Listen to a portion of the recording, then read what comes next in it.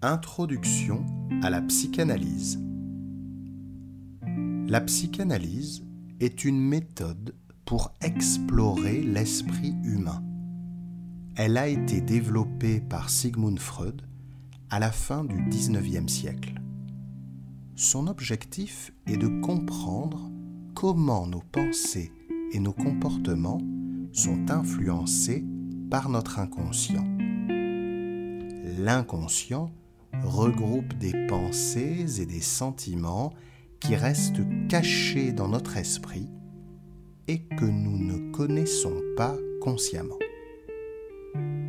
L'inconscient contient des désirs, des souvenirs et des expériences que nous ne percevons pas directement. Ces éléments inconscients influencent pourtant nos actions et nos émotions.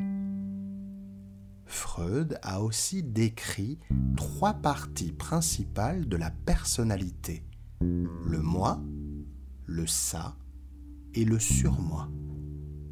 Le moi est la partie de la personnalité qui nous aide à prendre des décisions réfléchies et à agir de manière rationnelle. Le ça, en revanche, est la partie inconsciente qui contient nos besoins et désirs les plus primaires.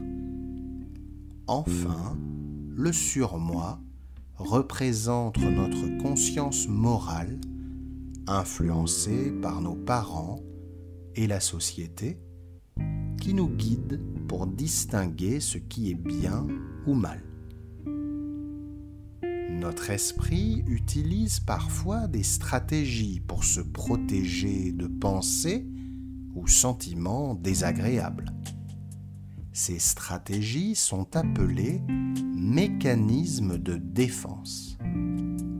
Par exemple, le refoulement consiste à cacher des pensées ou souvenirs stressants dans l'inconscient pour ne pas avoir à y faire face directement.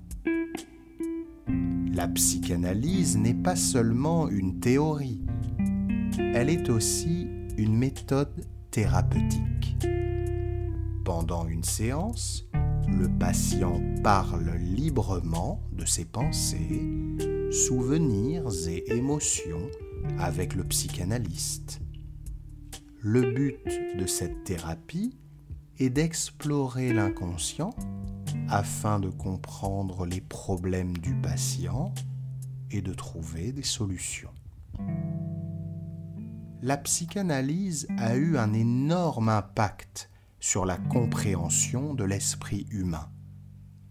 Elle montre comment des expériences passées, parfois oubliées, peuvent influencer notre vie actuelle. Cette méthode a inspiré de nombreuses autres formes de thérapie et a influencé des domaines comme la psychologie, la littérature et même le cinéma. En résumé, la psychanalyse est une méthode importante pour explorer et comprendre l'esprit humain. Elle nous aide à voir que nos pensées et nos comportements ne sont pas toujours aussi conscients et rationnels qu'ils en ont l'air.